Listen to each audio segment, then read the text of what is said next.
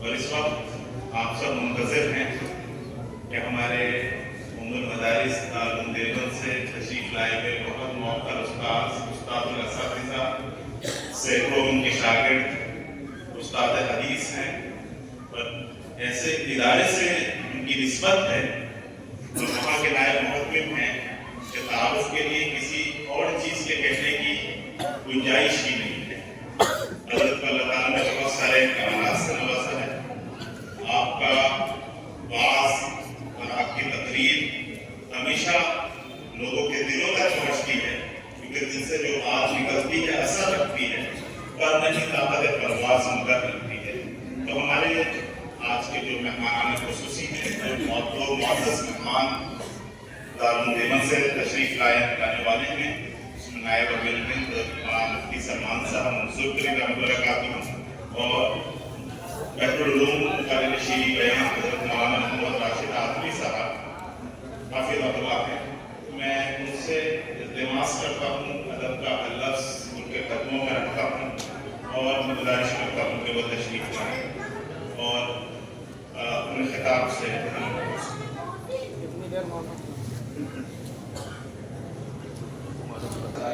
ونستغفره ونؤمن به ونتوكل عليه ونعوذ بالله من شرور انفسنا ومن سيئات اعمالنا من يهده الله فلا مضل له ومن يضلل فلا هادي له واشهد ان لا اله الا الله وحده لا شريك له واشهد ان سيدنا ومولانا محمدا عبده ورسوله صلى الله عليه وسلم۔